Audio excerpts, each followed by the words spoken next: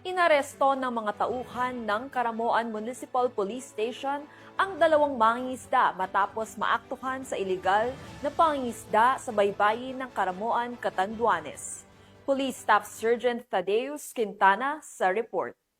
Gusto ng mga tauhan ng Karamuran Municipal Police Station ang dalawang mangingisda matapos silang maaktuhang nagsasagawa ng iligal na pangingisda sa karagatang sakop ng bayan ng Karamuran, Catanduanes nito lamang ika-23 ng Agosto taong kasalukuyan.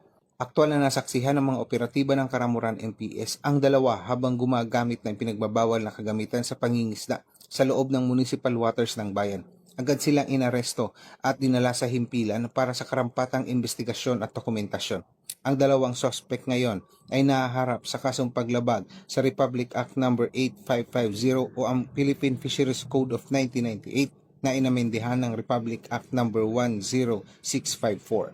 Patuloy ang paalaala ng Karamuran MPS at ng lokal na pamahalaan sa publiko, lalo na sa sektor ng pangingisda, na mahigpit na sumunod sa umiiral ng mga regulasyon upang maiwasan ang paglabag sa batas at matiyak ang kaligtasan at kapakanan ng lahat. Mula dito sa probinsya ng Catanduanes, ang The Happy Island ng Kabikulan, ako ang inyong PNN correspondent, Police Staff Sergeant Quintana, alagad ng batas, taga-taguyod ng Balitang Pulis.